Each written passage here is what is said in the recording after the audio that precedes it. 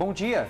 Olá, bom dia. Espírito Santo registra 1.179 mortes por Covid-19. E o TN1 faz um balanço da pandemia neste momento aqui no estado. O trabalho de coveiros, que nunca enterraram tantos corpos como nessa pandemia. Num cemitério de Cariacica, famílias esperam na fila para sepultar parentes em covas rasas. E ainda, toque de recolher no bairro Taboazeiro, em Vitória. Seria uma resposta de bandidos a um confronto entre policiais militares e traficantes. A cena mostra uma dupla na moto roubando o celular de uma mulher em Vila Velha. Mas a ação começou antes. Os ladrões já tinham feito o arrastão, entraram até em motel. Secretário Estadual de Segurança Pública sobe o Morro da Piedade em Vitória e escuta o clamor da comunidade que pede a redução da violência na região. Durante a noite teve panelaço. A Piedade fez homenagens a um jovem inocente morto na guerra do tráfico na região.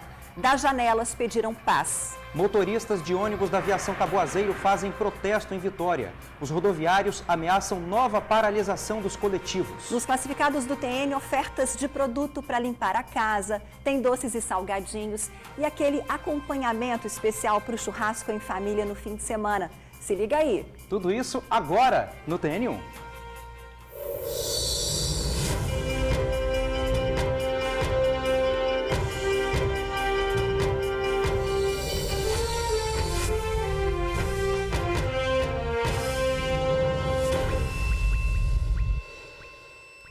A gente começa o TN1 de hoje falando que o estado já registra 30.508 casos confirmados de Covid-19.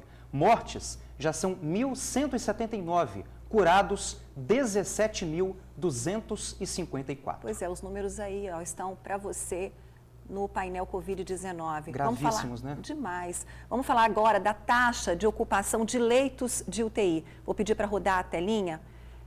A ocupação continua caindo, tá, gente, no estado. Está em 81,86%. Nós vamos entender esses números já com o subsecretário Luiz Carlos Reblin.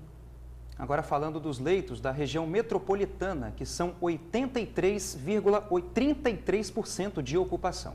Pois é, agora nós vamos entender esses números, porque vamos direto com a repórter Tainá Lopes, que está ao vivo com o José Carlos Reblin, subsecretário de Vigilância em Saúde do Espírito Santo. Muito boa tarde para vocês. Ei, Ingrid, para você também, ao Luciano, a todos que nos acompanham, o Luiz Carlos Reblin vai ajudar realmente a gente a entender. Você de casa deve se perguntar, sempre que a gente se aproxima ali do quantitativo de 90%, a superar 90%, que poderia decretar o lockdown, o governo do estado nos informa de compras e adquire mais leitos para poder controlar essa porcentagem e oferecer o serviço à sociedade que precisa, aos pacientes que precisam de tratamento com Covid. Eu estava aqui questionando o Reblin antes da gente entrar ao vivo justamente sobre essa estratégia. Como explicar para a população, né, essa leitura do que realmente nós estamos vivendo nesse momento? Toda vez que a gente se aproxima desse número que tanto nos preocupa, o estado apresenta mais leitos. Mas esses mais leitos não correspondem a também um aumento no número de pessoas infectadas. Como é que é essa conta, Reblin? Muito obrigada pela sua participação. Bom dia. Na verdade, o estado planejou a implantação de 800 leitos de UTI para o atendimento a um máximo que nós chegaríamos de casos de pessoas que precisam desse tipo de internação. Ainda temos a implantação de cerca de 160 leitos que serão providenciados, né, de leitos de UTI para fazer frente ao Covid.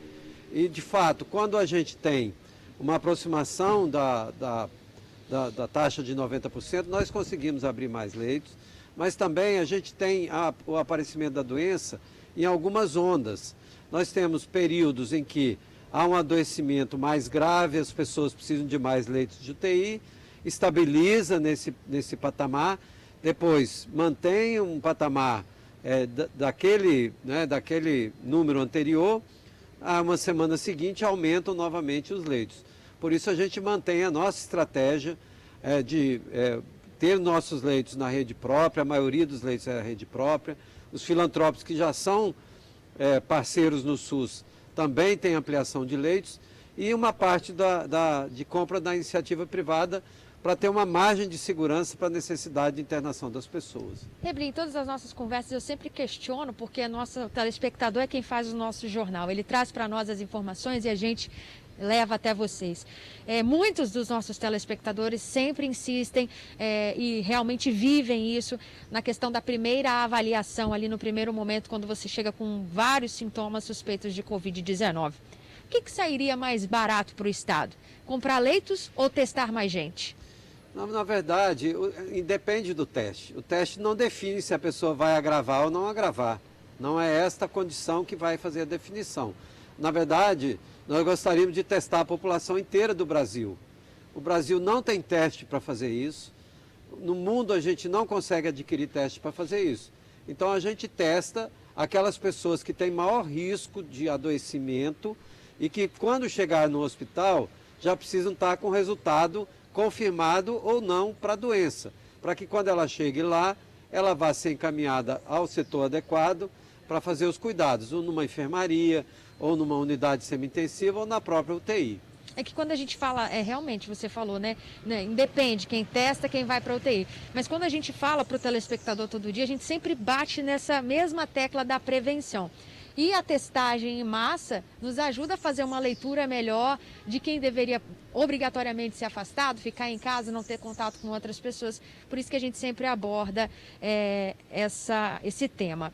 Vocês continuam com os mesmos procedimentos em relação às unidades de saúde, quando alguém chega com esses sintomas, para poder fazer essa avaliação? É o mesmo procedimento, o protocolo é igual, né?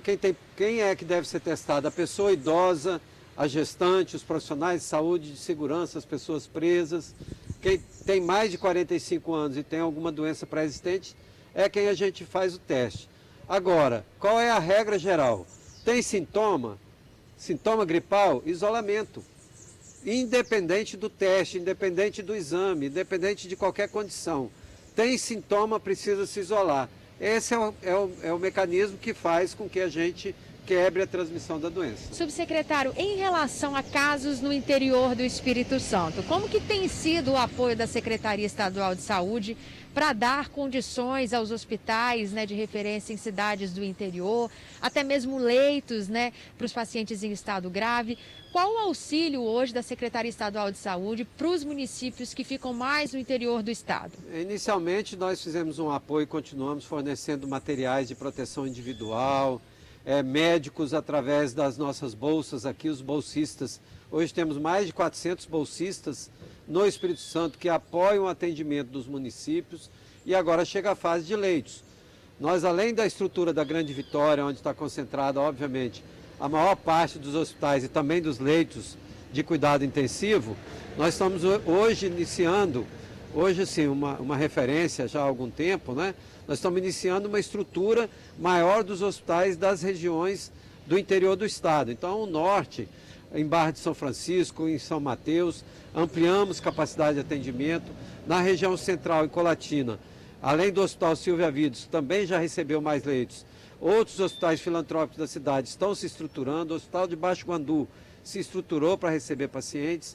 O sul do estado, Guaçuí, São José do Calçado, Itapimirim e agora também, ainda em Cachoeiro, mais leitos hospitalares. Na região central, Santa Teresa, Venda Nova do Imigrante, todas essas regiões receberam leitos para fazer frente ao aumento de casos que sim, agora vai acontecer no interior, né? O interior tinha casos, mas hoje a expectativa é de que o grande aumento de casos no Espírito Santo se dê nas cidades do interior daqui do estado. Só para a gente finalizar, não é possível dizer que a gente já chegou num controle ou que está próximo de um controle, ao contrário dessa situação. Nós temos uma expectativa de que em algum momento a gente atinja o chamado platô da doença, que é o momento em que a gente tem mais casos. Então o platô não é o momento mais tranquilo ou de tranquilidade, pelo contrário, é o momento que a gente tem mais casos, mais internações e mais óbitos. Essa fase ela dura de 2 a 6 semanas. Então, nesse momento, nós não temos condição de nos conformarmos já de que a doença já estaria numa fase decrescente. Gostaríamos muito de anunciar isso, mas por enquanto é isolamento, é permanecer em casa, porque a transmissão ainda está muito alta entre nós. Subsecretário Luiz Carlos Reblin, muito obrigada mais uma vez pela sua participação aqui no Tribuna Notícias, primeira edição. A gente volta com vocês aí no estúdio. Tá certo, Tainá. Obrigada pela participação aí. Denúncia de toque de recolher em Taboazeiro, Vitória. Lojas da região teriam recebido ordem para fechar as portas. Um confronto entre policiais militares e traficantes deixou uma pessoa morta. Vamos chamar a Bruna agora para a gente saber mais informações sobre isso, né, Bruna? Conta para a gente essa história aí de terror para os moradores. Boa tarde.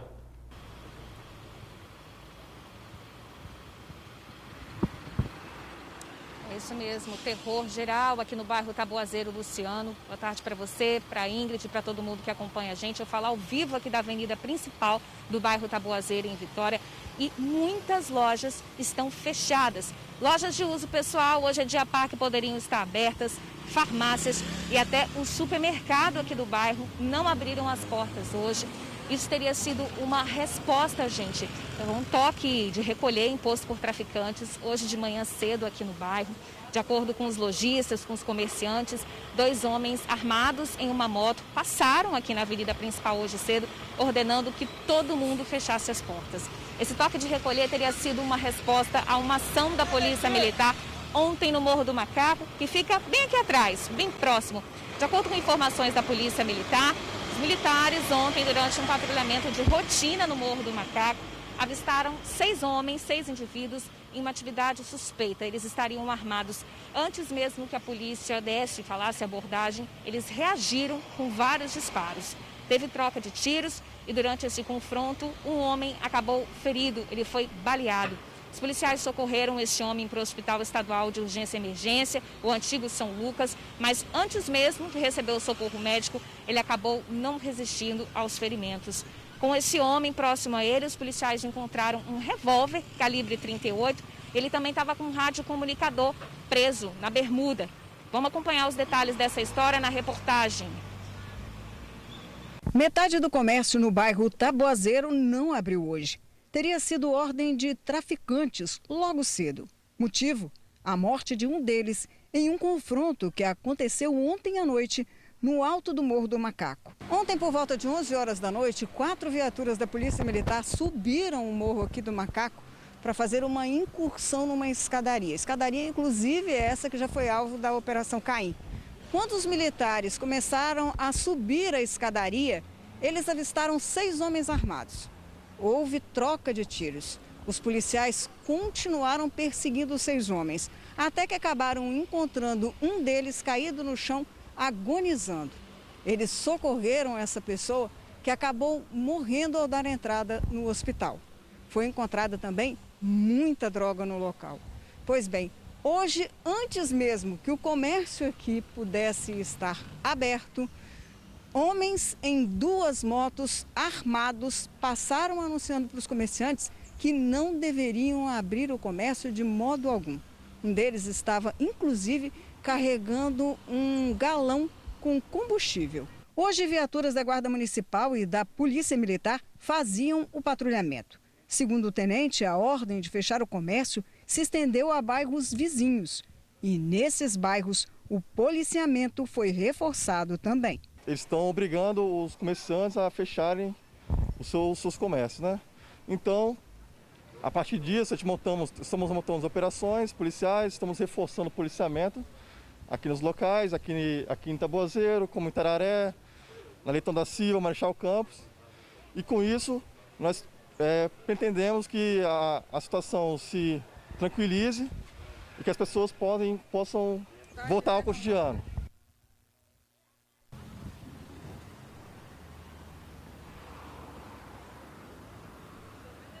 A gente ouviu o tenente falando desse reforço do policiamento. Realmente, desde que a gente chegou aqui para falar ao vivo com vocês, a gente avistou sim algumas viaturas da Polícia Militar fazendo esse patrulhamento ostensivo aqui pela principal e dentro do bairro também. Mas não foi o suficiente para os comerciantes se sentirem seguros a ponto de reabrirem os comércios. Como a gente observa, muitas lojas ainda estão de portas fechadas. Lojas que poderiam estar abertas hoje, farmácias, supermercado, lojas de uso pessoal, seguem fechadas por conta desse toque de recolher. Bom, por meio de nota, gente, a Polícia Civil falou que esse caso está seguindo sob investigação da DHPP, o Departamento de Homicídios. E o corpo desse jovem que foi morto durante o confronto foi encaminhado ao departamento médico legal. A arma que estava próxima ao corpo dele foi encaminhada ao setor de balística da Polícia Civil, junto com as munições. E a droga encontrada ali no local desse confronto foi encaminhada para o Laboratório de Química Legal da Polícia Civil. A gente segue por aqui acompanhando essa história. Daqui a pouquinho eu volto ao vivo para a gente conversar também sobre outro assunto. Ingrid, Luciano. Tá certo, Bruna. Daqui a pouquinho a gente volta a te chamar, viu? E olha, gente, no cemitério municipal de Cariacica, as mortes por causa do coronavírus multiplicaram o número de covas. Pelo menos 10 são abertas diariamente. Em meio à dor da perda pela Covid-19, famílias vivem uma grande angústia no momento do enterro. A demanda é tanta que parentes denunciam que as covas feitas estariam fora do padrão, rasas demais. Hoje, nossa equipe esteve no local, flagrou funcionários exaustos pelo excesso de enterros e caixões. A terra também foi levada pela chuva. 28 anos, 61 anos, 80 anos. Diferentes idades e o mesmo destino. Essas são algumas das pessoas que perderam a vida nos últimos meses com o Covid-19 e foram enterradas no cemitério municipal de Nova Rosa da Penha, em Cariacica. Os registros foram feitos durante um enterro no último sábado. A família de uma vítima do coronavírus ajuda a carregar o caixão sem equipamentos de segurança. Pelo menos outras 3 famílias aguardavam na fila para também sepultar entes queridos. No mesmo dia, foram mais de 10 sepultamentos. Um risco em meio à dor. Desde o início da pandemia, a quantidade de enterros aqui no cemitério municipal de Cariacica aumentou bastante.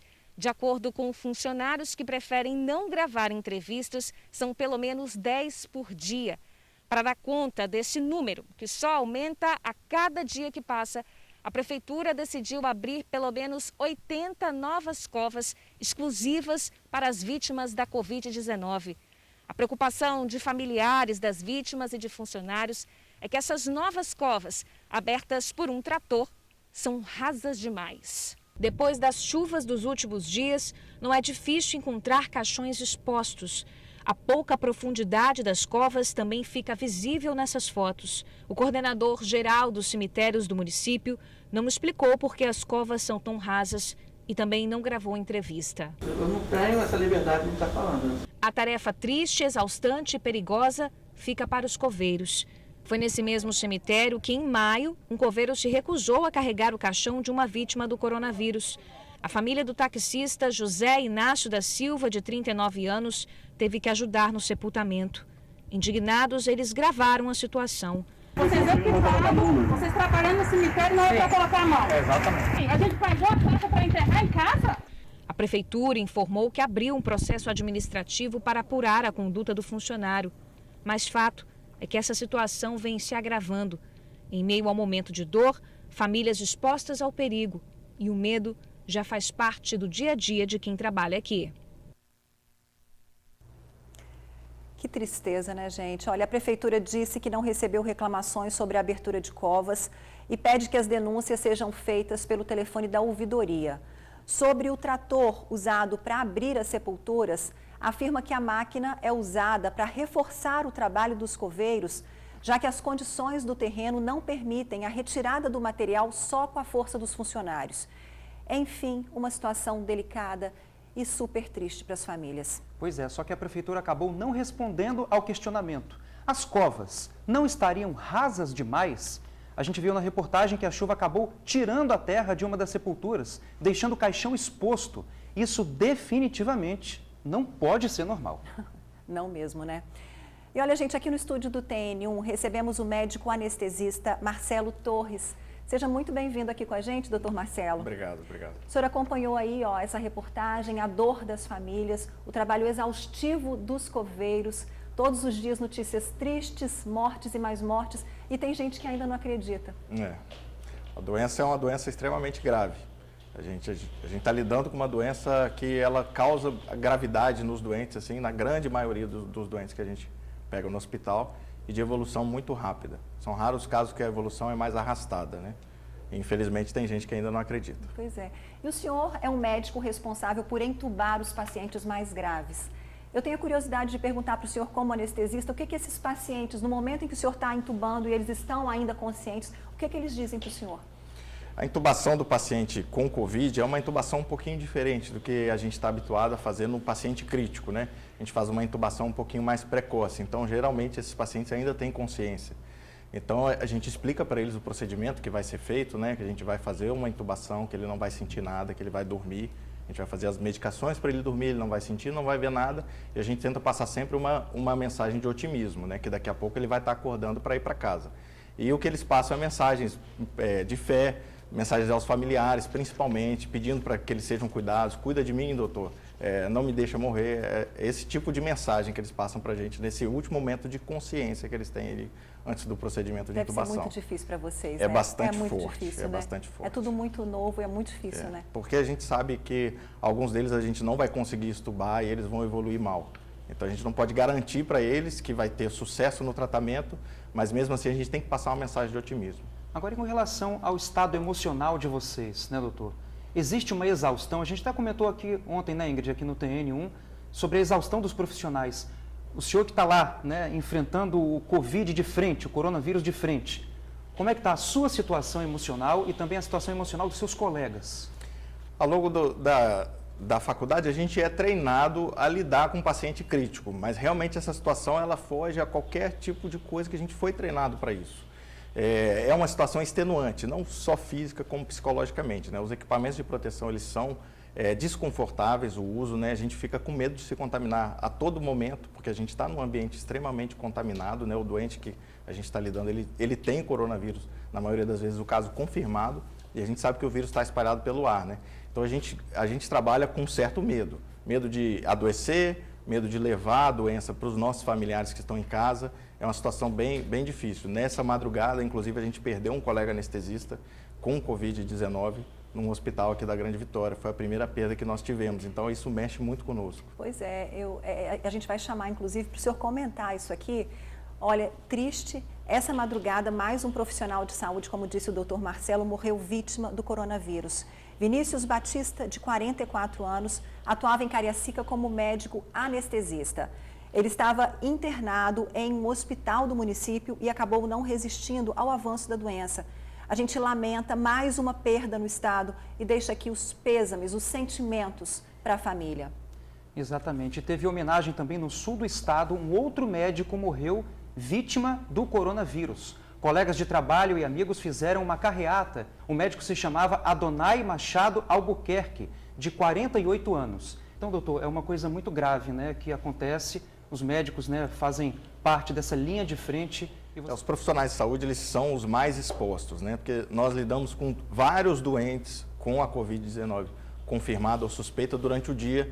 E já está provado que a carga viral que você é exposto, geralmente ela vai determinar a evolução da sua doença. Quanto maior a carga viral que você é exposto, geralmente pior é a sua evolução da doença. Então nós estamos lidando ali com uma alta carga viral o tempo todo. Não só os médicos, como os enfermeiros, os técnicos de enfermagem, os profissionais de limpeza também dos hospitais. Pois é, e de certa forma a gente acabou de ouvir aí, de falar da morte de dois médicos jovens, não é? Também, quer dizer, uma doença que está atingindo aí, antes era aquele foco nos idosos, mas a gente está vendo profissionais da saúde, jovens também, perdendo a vida, e esses perderam a vida, fora os que neste momento estão internados, né? Colegas seus possivelmente internados que o senhor tem. Sim, nós temos vários colegas internados com a doença.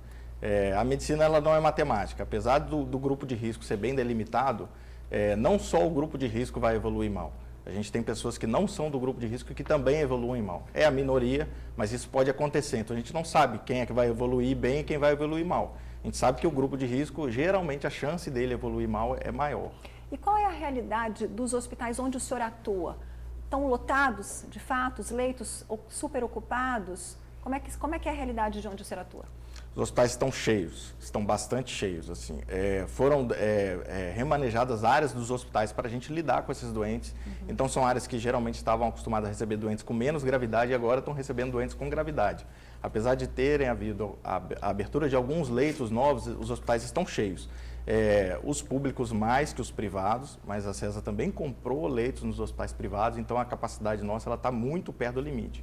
a gente está trabalhando muito perto do limite. A gente até abriu a edição de hoje, né, Luciano, falando sobre a questão dos leitos. Quer dizer, os números estão caindo, mas isso significa abertura de novos leitos, não que os pacientes não estejam se infectando. E quando a gente pensa que caindo de 85 para 81, a gente está imaginando que de cada 10 leitos, 8 estão ocupados. Quer dizer, um número muito alto, né? Um número para se preocupar. Exatamente, é um número que a gente se preocupa muito de quando chegar o paciente grave, a gente não tem recurso para atender esse paciente grave dentro do hospital, né? Não ter o leito adequado, porque a doença ela precisa realmente de um cuidado intensivo. Eu converso com os colegas, é uma doença que ela não deixa a gente vacilar em momento nenhum. Realmente a gente precisa do cuidado intensivo ao lado do doente o tempo todo.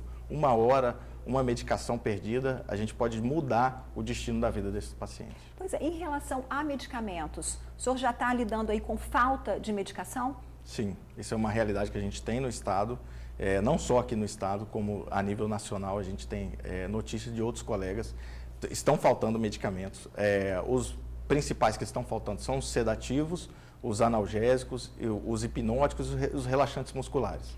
Pois é, e esses medicamentos, eles fazem toda a diferença, né? Eu acho que fazem diferença principalmente na questão da dor do paciente, né? Exatamente. Porque quando eu falo em anestésico, para anestesiar a dor desse paciente. Isso, o doente entubado, ele precisa ficar sedado e com uma analgesia potente, porque ele não suportaria esse procedimento de intubação e o tempo que ele fica no respirador artificial sem uma sedação e uma analgesia adequada.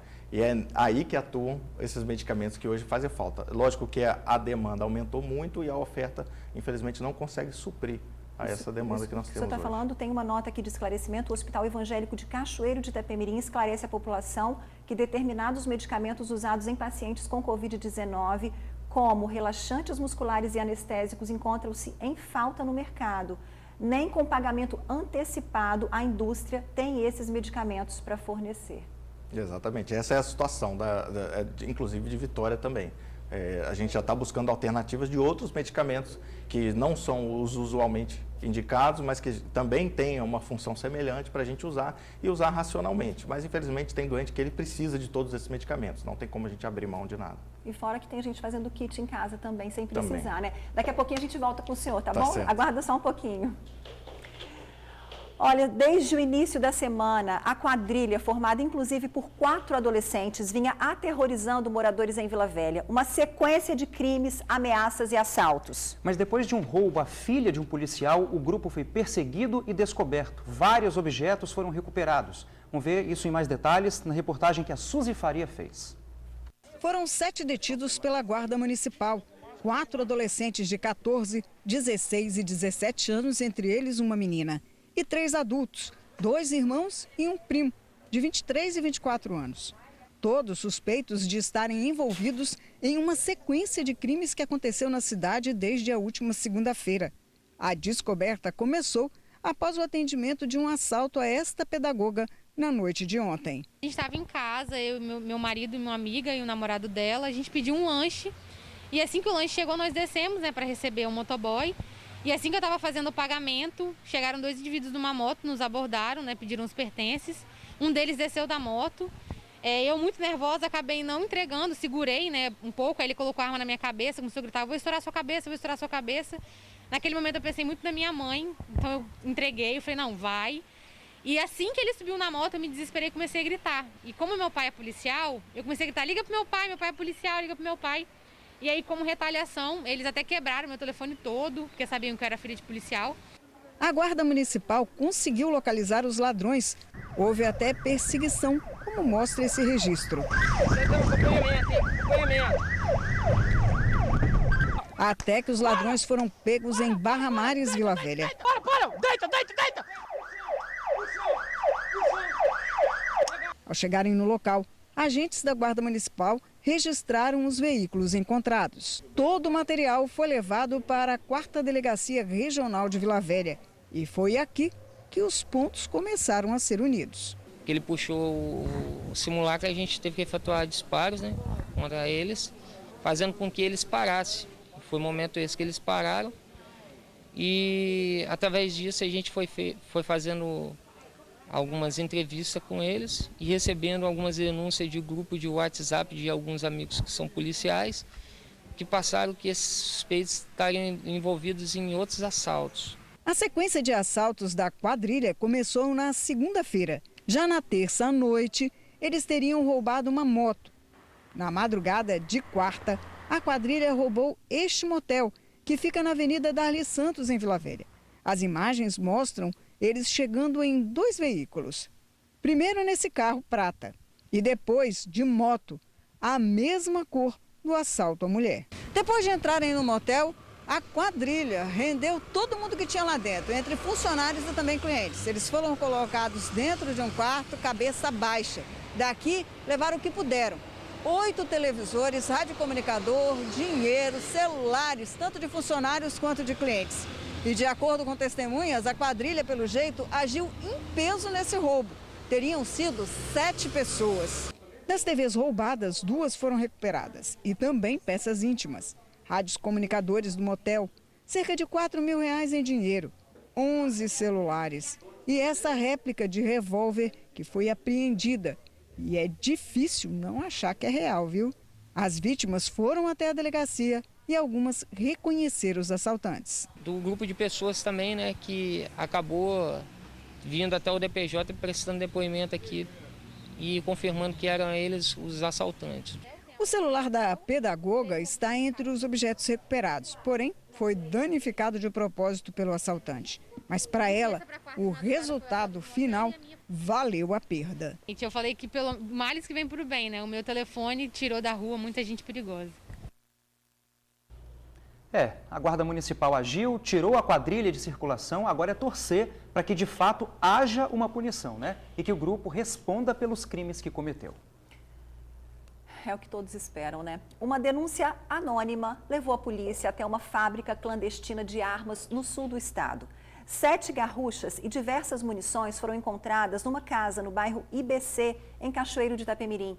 Um homem foi preso e, segundo a PM, ele é responsável pelo conserto e fabricação de armas para moradores do município.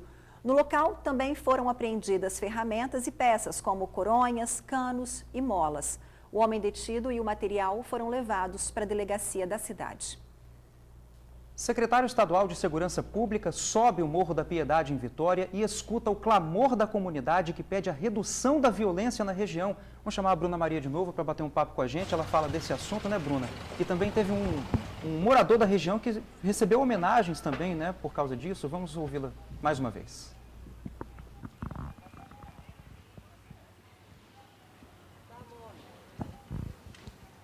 É isso mesmo, gente. Ontem foi a missa de 7º dia desse jovem de 18 anos, o Fabrício Almeida, ele que morreu durante um ataque criminoso no Morro da Piedade. Além dele, outros 2 jovens também ficaram feridos. A gente lembra que o Fabrício não tinha passagens pela polícia, queria ser rapper, era estudante e tinha um sonho de ser músico. Bom, hoje o secretário estadual de Segurança Pública, junto com outros representantes estaduais, subiram o Morro da Piedade para conversar com a comunidade. Vamos conferir a reportagem. O secretário estadual de Segurança Pública, Coronel Alexandre Ramalho, subiu o Morro da Piedade em Vitória na manhã de hoje. Acompanhado de militares e de representantes da comunidade, passou por lugares em que há intenso tráfico de drogas. Uma comunidade que implora por mais segurança. Porque a gente não quer é mais que nenhuma mãe sofre, entendeu? Mas nenhum sangue de inocente seja derramado nessas escadarias da nossa comunidade. O morro conta com um batalhão da Polícia Militar. O secretário diz que é importante ouvir as pessoas para traçar estratégias de segurança mais efetivas. Todos os atores precisam estar integrados, unidos, conversando permanentemente com a comunidade para entender as suas demandas e estar atuando enquanto poder público, unidos, para que possamos minimizar esse problema que ora se apresenta. Na noite da última sexta-feira, um grupo de criminosos encapuzados realizou um ataque no morro. Um jovem de 18 anos foi morto. Outras 2 vítimas, de 17 e 28 anos, foram baleadas. De acordo com a polícia e os moradores da região, ninguém estava envolvido com o crime. Tudo aconteceu por causa de uma briga nas redes sociais. As principais demandas da comunidade é a participação efetiva do poder público nesse território, que é um território onde a maioria das pessoas são pessoas pobres, vulneráveis e precisa da intervenção estatal para que essa situação da Piedade não se perpetue como tem acontecido nos últimos 2 anos. Além da ação policial, então, nós percebemos que a problemática da comunidade, infelizmente, está voltada para uma criminalidade juvenil, até mesmo de resquícios do passado, porque hoje a gente não observa uma liderança criminosa expressiva dentro da comunidade da Piedade, mas é importante que nós estejamos mudando a visão desses jovens, né? Tirando a visão única que eles acreditam como verdade de sobrevivência pelo tráfico de entorpecentes.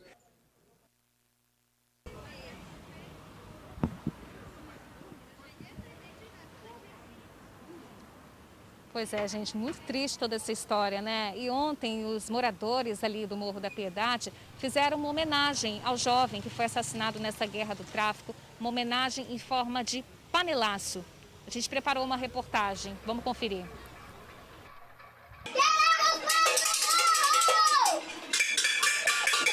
O silêncio na comunidade do Morro da Piedade deu espaço para o bater das panelas. Um panelaço por motivo diferente do que a gente está acostumado a ver, a noticiar. Um panelaço pela paz.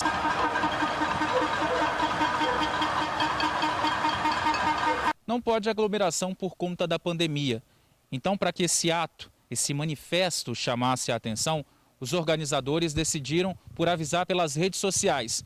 Quem quisesse participar, morador da Piedade, de comunidades próximas, de outros bairros, marcou um horário, 8 horas da noite. Esse morador pega a panela, vai para a janela, para a varanda, para o quintal e começa a bater. Começa a fazer um barulho diferente do que a comunidade está acostumada. Um barulho diferente dos tiros. Um barulho em prol das vidas que já foram perdidas por conta da guerra do tráfico na região. Essas vidas perdidas foram lembradas, homenageadas também durante uma procissão. O padre Renato deixou a Catedral de Vitória e caminhou junto com a comunidade pelos becos e escadarias da região. A paz, ela só será possível, e ela é possível, se nós deixar morrer em nós o ódio, sentimentos de vingança. Amigos e familiares das vítimas da violência pediram justiça. Eles puderam dizer isso diretamente para o secretário de Segurança Pública. Estamos vivendo um problema que envolve uma criminalidade juvenil voltada única e exclusivamente para o tráfico de entorpecentes. E nós vamos ter que trabalhar com a nossa realidade, trazendo para o cenário outros atores. E aí eu falo de direitos humanos, eu falo de OAB, eu falo de Poder Judiciário, de Ministério Público. Esses atores têm que entrar no processo conosco para entender o que está acontecendo aqui na comunidade. O barulho ouvido na noite desta quarta-feira não foi dos tiros que deixaram a população da Piedade em pânico na última quinta-feira. Tiros que deixaram 3 feridos e que mataram um jovem de 18 anos, o Fabrício Almeida. Ele não tinha relação nenhuma com a criminalidade. Nem foi o barulho dos tiros que em 2018 mataram os irmãos Juan e Damião, mortos com mais de 20 perfurações cada um. Muito menos dos demais tiroteios que tiraram as vidas de outros moradores.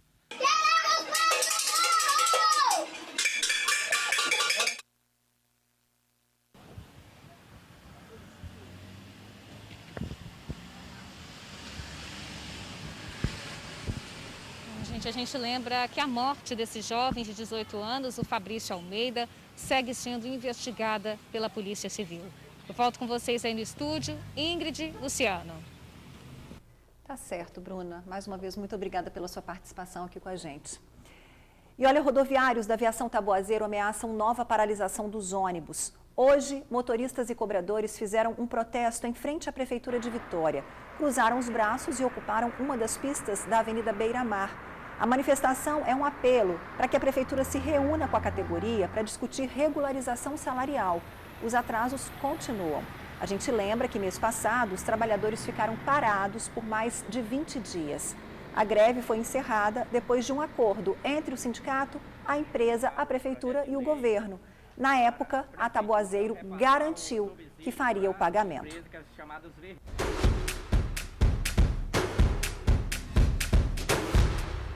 Estou aqui fazendo uma demonstração. Esse é meu produto que eu estou vendendo, que é sabão em pedra. O quilo é R$15. E aqui está o detergente neutro, detergente que eu sempre estou fazendo, é o mesmo, só muda a cor. Esse detergente aqui é um sabão líquido tipo Omo, que é para limpeza pesada, para lavar roupa, em tudo. E eu faço também amaciante. Meu nome é Eva Maria Barbosa e meu esposo Luciano.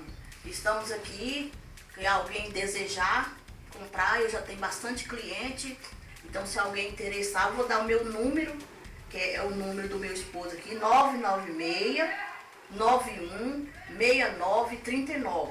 Vou repetir, 996-91-6939. E agradeço a todos, um bom dia.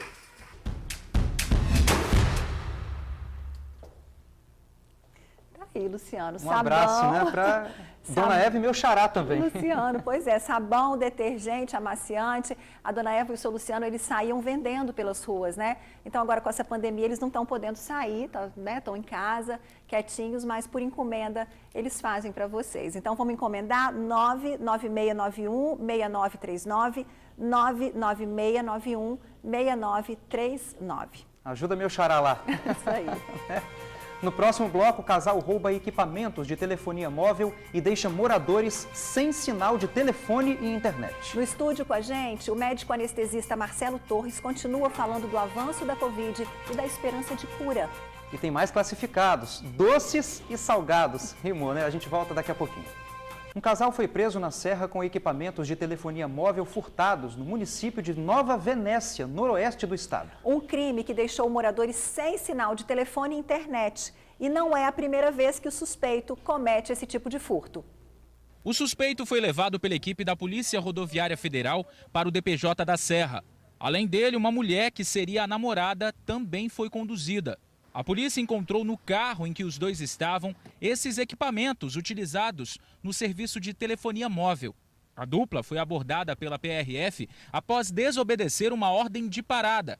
Eles ainda tentaram fugir por um bairro próximo. Foi feito um acompanhamento tático do veículo até o bairro Belvedere, que fica próximo ao nosso posto da PRF, onde mesmo ali, né, empreendeu fuga em ruas movimentadas com crianças, né, com pessoas na rua, e conseguimos isso na abordagem do mesmo e foi verificado, né, que dentro do carro haviam esses produtos. Por conta do furto desses equipamentos, o serviço de telefonia e de internet em Nova Venécia está prejudicado desde o início da semana. Devido a esse furto, os equipamentos, né, a telefonia está comprometida, ficou algum período parada a telefonia na região por causa do furto desses equipamentos. Você viu aí que esses equipamentos são importantes para o funcionamento da telefonia móvel e afetou a cidade de Nova Venécia. Segundo a Polícia Rodoviária Federal, o suspeito iria pegar esses equipamentos e iria vender.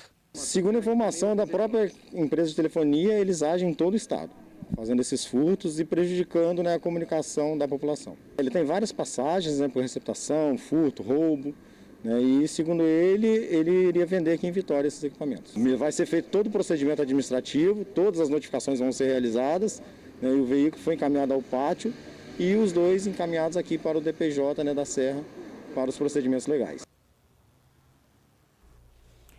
Pois é, a polícia confirmou que o suspeito de 28 anos foi autuado em flagrante por furto qualificado e já está no presídio em Viana. Já a mulher, de 28 anos, foi ouvida e liberada. E os camarotes do Sambão do Povo em Vitória vão receber a estrutura de um centro de quarentena para abrigar pessoas em vulnerabilidade social que estejam com coronavírus. A Prefeitura de Vitória disse que o local está sendo equipado com camas e utensílios para acomodar pessoas assintomáticas ou com sintomas leves da Covid. Serão ofertadas 50 vagas para atendimento a cada 15 dias para idosos acamados, população em situação de rua, pessoas com deficiência ou que vivem no espaço onde mora muita gente. Os contaminados passarão por uma triagem e depois avaliação para ver quem preenche os requisitos para ficar isolado. A estrutura deve atender 600 pessoas até dezembro, quando o local deve ser desmontado. Pois é, e voltamos a conversar com o médico anestesista, o Marcelo Torres, novamente. A gente deixou no ar a pergunta sobre a questão das medicações, gente que faz kit. E ontem, o Jornal A Tribuna, nós fizemos uma reportagem aqui no TN1 sobre a dexametasona, falei certo? Isso. Que é um corticoide que chega como uma esperança aí no tratamento da Covid.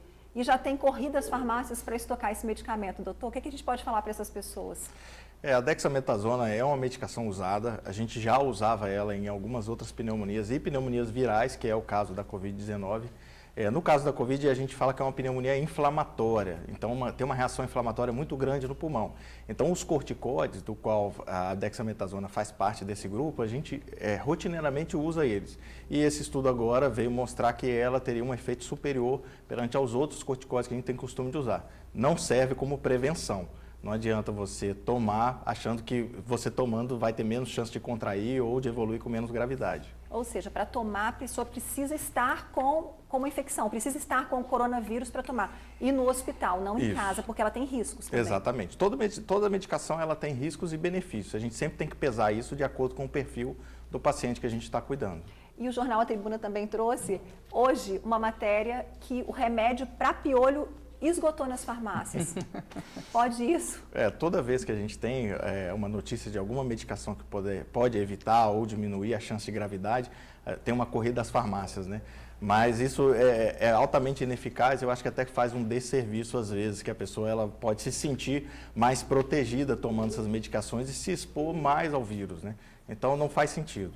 E vale até um alerta, né, doutor, né, para todas as pessoas, amigo do TN que nos assiste, o poder de um boato, né? Sim. Às vezes, um boato tem muito mais força, muito mais poder do que uma informação confirmada. Então, os médicos vêm aqui diariamente, não se automediquem, cuidado com os boatos, mas parece que tem gente que insiste em espalhá-los, né? Como é que o senhor encara isso? A gente está na era da informação fácil, né? A gente costuma receber diariamente assim, informações, né, os grupos de WhatsApp, pela internet, né, de pessoas propagando alguns tratamentos, às vezes até milagrosos, né, para o Covid-19, só que não é assim que funciona, né? Então a gente tem que ter muito cuidado com isso, muito cuidado mesmo. A gente fala o tempo inteiro aqui que a informação é o que vai salvar vidas, né? E a desinformação o contrário, né? Com certeza. Agora, doutor, eu queria que o senhor comentasse também a questão das UTIs, porque a gente sabe que as UTIs hoje elas estão muito mais humanizadas. É possível que um parente acompanhe ali o ente querido na UTI durante um tratamento, e esse momento novo que o mundo atravessa, quer dizer, é uma tristeza muito grande, porque os pacientes com Covid, eles precisam estar totalmente isolados, e muitas vezes esse parente que está em casa, ele não consegue nem se despedir, né? Então, quer dizer, essa é uma realidade que o senhor também está enfrentando. É uma tristeza, porque a gente tinha conseguido humanizar mais esse atendimento dentro da unidade de terapia intensiva, então às vezes algumas unidades até permitiu o familiar ficar o tempo todo ao lado do doente. E na Covid-19 isso não é possível mais. A gente tem tentado usar soluções tecnológicas, chamadas de vídeo, às vezes a família escrever cartas para o doente, a gente coloca essas cartas dentro do box do paciente, para ele ver que todos nós estamos torcendo por ele, que ele tem o apoio da família, as informações são passadas diariamente, geralmente por telefone, mas essa presença realmente, essa visita presencial do familiar, ela não é possível por causa do risco de contaminação. Que é o que faz muita diferença, faz na muita maioria diferença. dos tratamentos, né? A esperança de você estar em contato com quem você ama também, né? Que exatamente. Triste, muito triste. E para a gente encerrar, qual a mensagem que o senhor passaria? O que vai salvar vidas? A gente falou sobre a informação e o que mais vai salvar vidas? É o que a gente, exaustivamente, como diz o Luciano, fala aqui, o distanciamento social. Ontem a doutora Etel, ela esteve aqui no estúdio com a gente e ela disse que muitas pessoas estão se sentindo tolas, trouxas, por estarem cumprindo a quarentena, enquanto outras, inclusive, postam em redes sociais, aí subindo as montanhas e reunindo grupos. Quer dizer, o que vai salvar vidas? O que a gente pode dizer para essas pessoas? O distanciamento social ele é imprescindível, infelizmente, ele vai diminuir o ritmo de contágio, até a gente ter mais esclarecimento sobre essa doença, até a gente ter um tratamento eficaz, né? Eu brinco que a gente está trocando a roda do carro andando, então a gente está descobrindo a doença dia a dia, tentando novos tratamentos com base com o que a gente já conhece. Então, infelizmente, quem pode tem que fazer o distanciamento social, evitar sair ao máximo para atividades supérfluas, o que não foi extremamente essencial, evitar aglomerações, porque nas aglomerações as doenças elas são mais fáceis de ser transmitidas, evitar ambientes fechados, isso sempre quando é possível. Também é muito difícil a gente impor uma realidade a outras pessoas que não têm a nossa rotina, mas sempre que possível é essencial o distanciamento social. Dr. Marcelo Torres, médico anestesista, muito obrigada pela sua participação. Obrigado sua estreia aqui no TN1, é isso? Isso mesmo. Uma muito estreia obrigado. brilhante, viu? Fala bem, viu? Fala super bem, a gente fala que... Muito obrigado. Obrigada Obrigado pela sua a vocês. participação. E olha, no sul do estado, um caminhão de lixo tombou e praticamente toda a carga caiu em cima de carros que estavam estacionados. O acidente foi no bairro Campo Leopoldina, em Cachoeiro de Itapemirim. Teria acontecido, segundo testemunhas, depois que o pneu do caminhão furou e o motorista perdeu o controle da direção. 2 veículos que estavam estacionados na rua foram atingidos pelo lixo e pela caçamba do veículo. Ninguém se feriu. Parte da pista precisou ser interditada para limpeza, mas já foi liberada.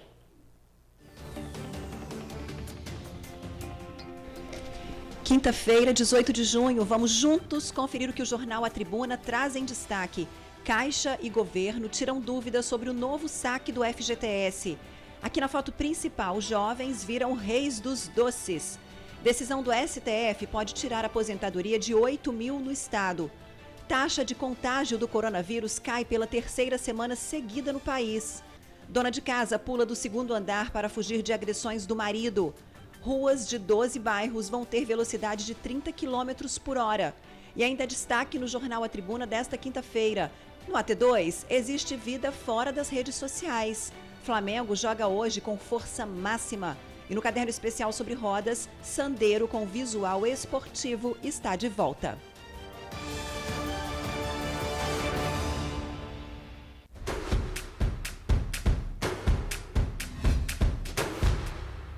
Oi, pessoal do TN, aqui é Lucimar de Ferrosa. Quero apresentar a vocês o meu trabalho que eu estou fazendo. Temos empadão de frango e temos pudim, bolo de pote também eu faço para poder vender, para ajudar na nossa renda. Vou colocar o meu telefone aí embaixo para vocês.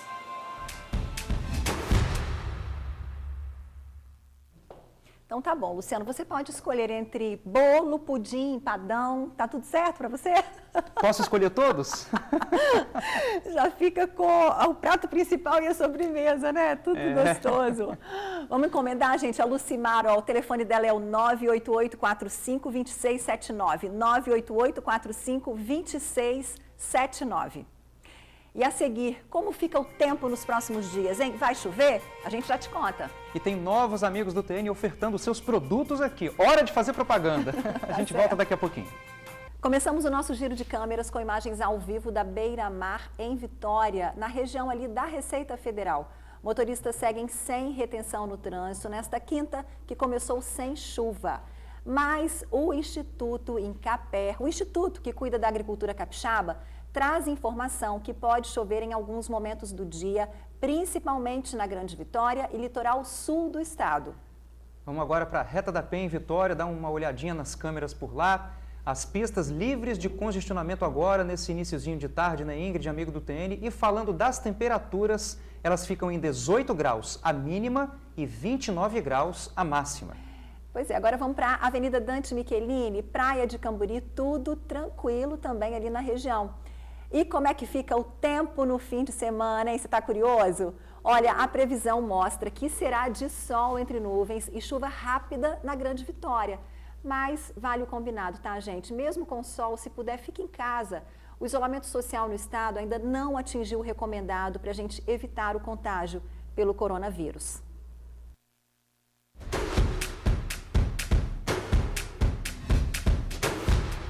Olá, pessoal do TN. Estou fazendo feijão tropeiro e salpicão aos sábados e domingos.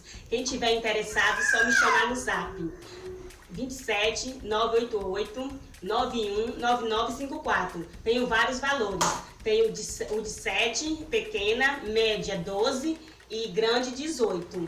Quem quiser estar me ajudando, eu agradeço.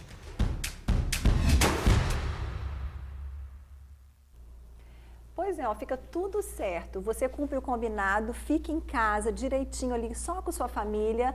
Não é? Faz aquele churrasquinho, pode ser até no fogão mesmo, não tem problema se não tiver churrasqueira. Encomenda o feijão tropeiro salpicão. Você quer coisa melhor, Luciano? E almoça feliz, né? Almoça feliz. Fica tudo certo. Olha, o número é 98891-9954. 98891-9954. Vamos encomendar aí o acompanhamento perfeito para o churrasco. E se você é empreendedor também, tem um recadinho especial do Sebrae para você. Desde o início do isolamento social, o Sebrae tem estado ao lado dos micro e pequenos negócios. E agora é hora de continuar junto. São 10 milhões de reais em consultorias gratuitas e online. Acesse sebrae-porondecomeçar.com.br.